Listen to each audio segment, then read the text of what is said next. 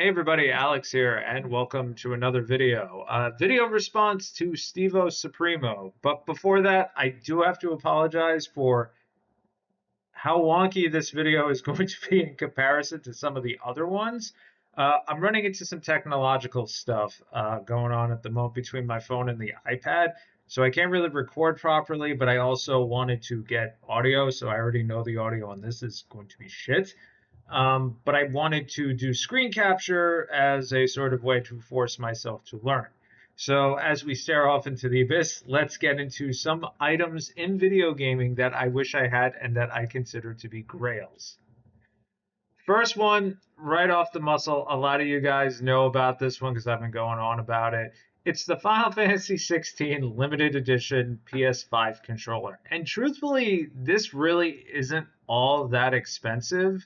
But when you go to Japan and you see it at a store and the exchange rate between the yen and the USD is as good as it is, you kind of find a hard time wanting to spend this much on one particular controller, especially since we've just had new controllers like the Astrobot one come out and the PlayStation 30th anniversary one. The idea of spending like another, we'll say 100 plus shipping and all that stuff on a pretty much black controller with just some decals on it, it's kind of difficult to swallow. And I mean, even if you look at it here, I've seen way better, and I think the Lightning Returns controller looks a lot cooler. That was on the PS3 because it had pink, it had a whole time thing going on. But I love 16 so much, and this controller to me at that particular moment in time just kind of screamed out like, dude, you have to own this. But it was readily available because it's not really the best thing. And in Japan, I could have bought it brand new. And I think with the exchange rate at the time, it was like 55 bucks. And I literally looked at my wife, said, "Ooh, I wanted to get this." And I was like, it's back in the States. I don't have to worry about it. And now it's sold out at retail everywhere, the few places that did have it, namely VGP. And now everything is on eBay and it's over 100 bucks. And you can see I'm still watching it. But I don't know. Like it's a markup of 50-ish bucks, let's say, even with free shipping. I just don't know if it's worth it or not. Now, the console cover looks pretty cool, but again, we have cooler stuff coming out. Now, next Grail, this one is also going to be not much of a surprise to anyone. It's the Xenoblade Chronicles X, or Cross, Special Edition on the Wii U. I bought this game day one. I got this edition day one.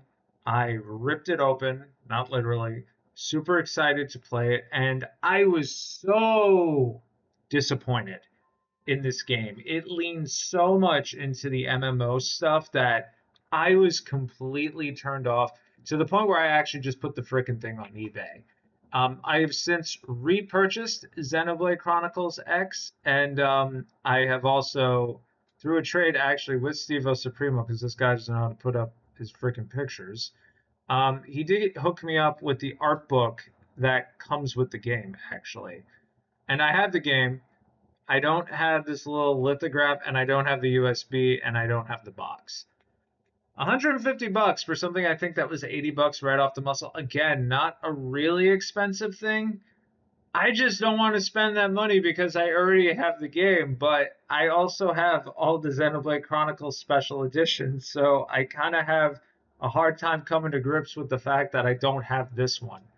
That being said, though, I will say, in terms of form factor, I also have the strategy guide, also courtesy of StevoSupremo. The European version of this is actually a lot cooler.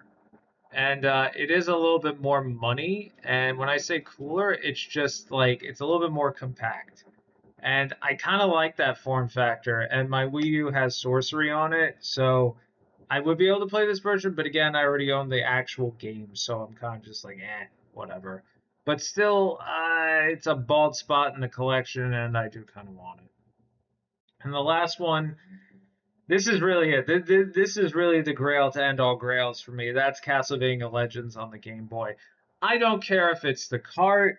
I don't care if it's boxed incomplete. Actually, I do care if it's boxed incomplete because as you can see here, once I find the box copy I looked at earlier, it just gets more and more and more expensive. Even the Japanese one. And a lot of you guys know my personal rule is I just want to own it legitimately in a physical sense, especially since Castlevania is a favorite series of mine. And as long as I do that, I really don't care about region because there's enough sorcery going around for me to play in any one particular format I like. Nonetheless, $200-ish for a Game Boy enhanced color cartridge for a mediocre Castlevania game that is not even acknowledged as canon and is unfortunately not on any of these beautiful collections we've gotten so far is a really difficult pill for me to swallow. And even if I look at the Japanese versions of it, there is a less expensive one that I have found that is the Japanese version that I'm not showing you guys here, just in case somebody decides to be an asshole. But still, I'm in the 100-ish, 100 plus category. And I've played the game. I haven't finished it. It's okay. I don't think it's 160, 180, $200 okay. I think it may be 59.99 okay. And again, going back to StevoSupremo, we were at too many games. I had an opportunity to buy a card only. The guy wanted $80, I think, or $90. And I was like, that's a little bit out of my price range. And he was like, well, what were you thinking? And I think I said 75. And he was just like, no. Should have done it. I should have done it. But again, it was card only, and that's kind of where I draw the line, where I'm just like, it's not really worth it. But yeah, my grails really aren't all that wacky, I don't think. I don't think in the grand scheme of some grails people look for, where they're obscenely expensive. These are just things I just can't justify the price on, you know? Like, I love Castlevania. I don't love Castlevania enough to get Legends for 170, 160 bucks.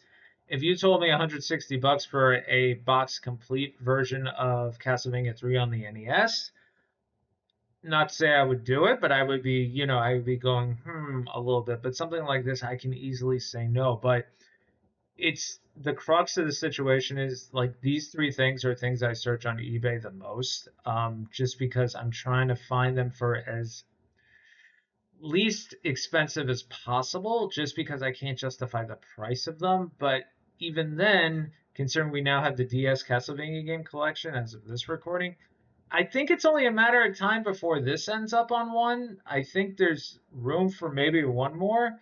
But it is on Switch Online, which is really how I play it, but that doesn't count as legitimately owning it. But anyway, again, this has been a video response to StevoSupremo.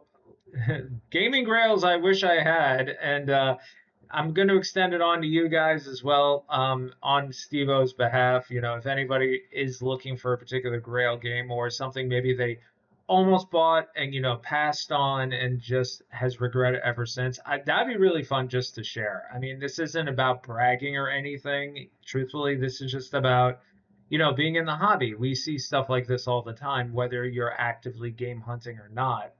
And at least in my case, there are a lot of times where I'll see something particularly cool and I'll just text somebody I know who may be looking at it, and they'll say the same thing. It's a little bit too much, or oh, that's really freaking tempting. Give me a minute. Yeah, no, that's way too much money. Anyway, I've been Alex, and I'll see you all in the next video, hopefully under better conditions than this. Take care.